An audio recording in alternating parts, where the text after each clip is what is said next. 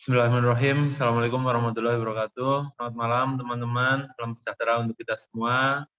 Pada kesempatan malam hari ini terkait mata kuliah asuhan keperawatan anestesi dengan manajemen nyeri, ya. Itu judul yang akan kita presentasikan malam ini.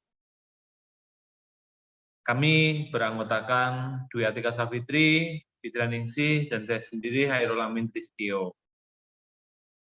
Untuk yang slide yang pertama, jurnal kami berjudul The Assessment of Acute Pain in Pre-Hospital Care Using Verbal Numerical Rating and Visual Analog Scale.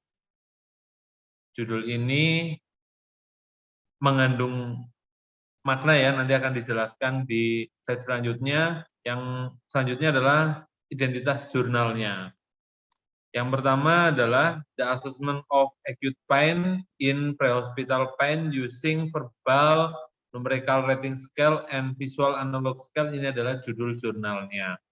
Kemudian jurnal ini bersumber dari The Journal of Emergency Medicine. Volume and halaman 49, halaman 1-7. Jurnal ini terbit pada tahun 2015. Penulisnya adalah Ahmad K. Ismail, Muhammad A. Abdul Ghaffar, Nur Saja A. Samsudin, Nurul Aroslan, Hilwani Kaharudin, Nik A. Nik Muhammad. Reviewernya adalah Dwi Atika Safitri, Fitria Ningsih, dan Hairul Amin Tristio. Tanggal reviewnya 21 November 2021. Tujuan dari penelitian ini sendiri adalah untuk mengevaluasi VNRS dan FAS untuk mengkaji skala nyeri dalam tahap pre-hospital dan juga untuk mengevaluasi pilihan tenaga kesehatan dan pasien dalam penggunaan dua skala tersebut. Jadi maksudnya adalah, sebentar Mbak, jangan di next dulu. Nah, maksudnya adalah sebelum pasien menjalani rawat inap ya, atau pre-hospital atau pre-hospitalisasi, ini ada pengkajian nyerinya dulu menggunakan FAS, Verbal Analog Scale, seperti itu. Nah, di sini nanti tenaga kesehatan seperti apa sih yang dapat melakukan atau mampu melakukan penilaian ini. Nah, selanjutnya,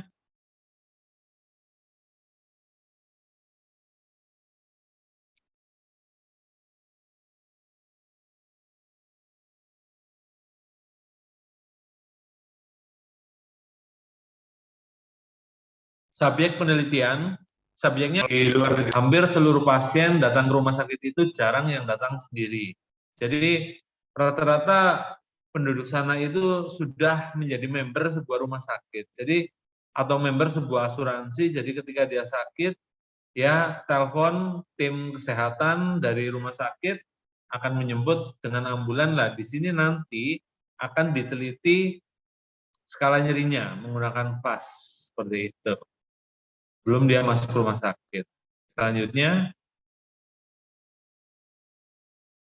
metode penelitian yang digunakan dalam penelitian ini adalah studi cross-seksional yang dilakukan selama 3 bulan. Data penelitian diolah menggunakan metode Bland-Altman, korelasi Spearman, dan tes Cohen. Next.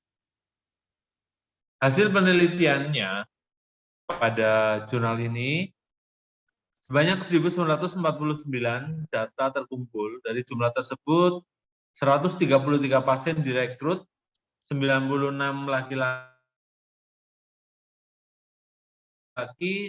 dan 37 perempuan, atau sebanyak 27,8%. Sebagian besar pada kategori usia 18 sampai 30 tahun, itu sebanyak 40,6% dengan median usia 32 tahun. Rincian etnis peserta adalah Melayu sebanyak 54,1%, Cina 17,3%, India 16,5%, dan lain-lain 12%. Penyebab nyeri akut terbanyak adalah trauma setelah kecelakaan kendaraan bermotor sebanyak 47,4%, kasus medis 33,8%, trauma lain 14,3%, dan obstetri dan ginekologi 4,5%. Meskipun dua metode yang kami gunakan berkorelasi dengan baik, pasien secara sistematis menilai nyeri mereka lebih tinggi pada VNRS daripada VAS.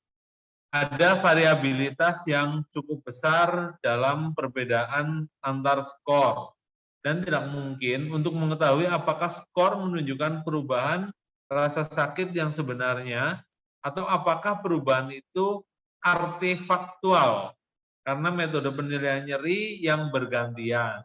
Oleh karena itu, VAS dan VNRS tidak boleh digunakan secara bergantian saat menilai nyeri akut.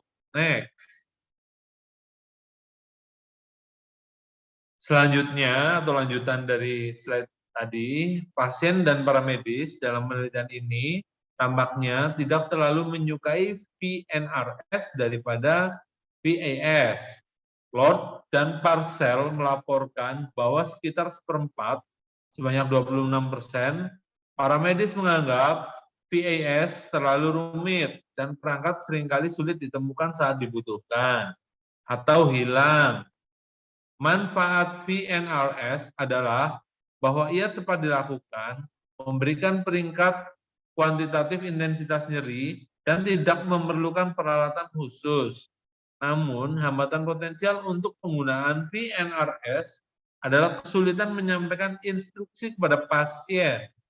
Oleh karena itu, dalam pengaturan multikultural atau multidenominasi, VAS mungkin memiliki keuntungan.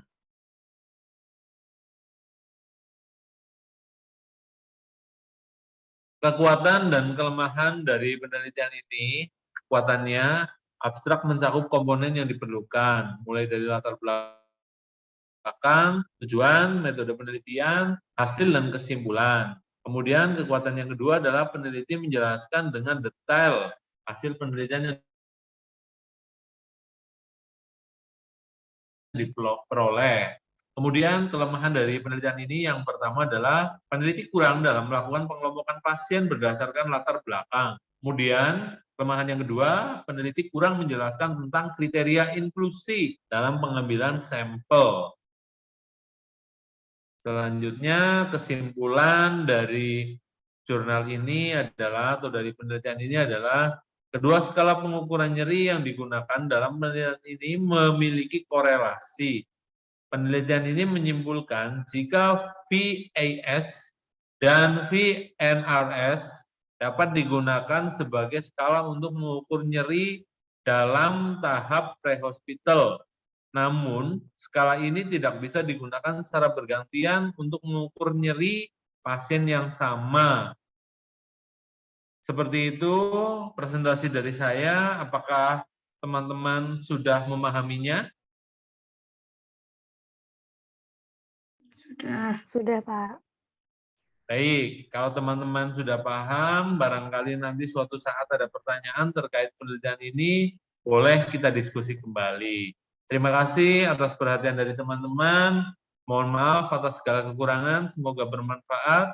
Wabillahi taufiq wal hidayah. Wassalamualaikum warahmatullahi wabarakatuh. Waalaikumsalam. Assalamualaikum warahmatullahi wabarakatuh.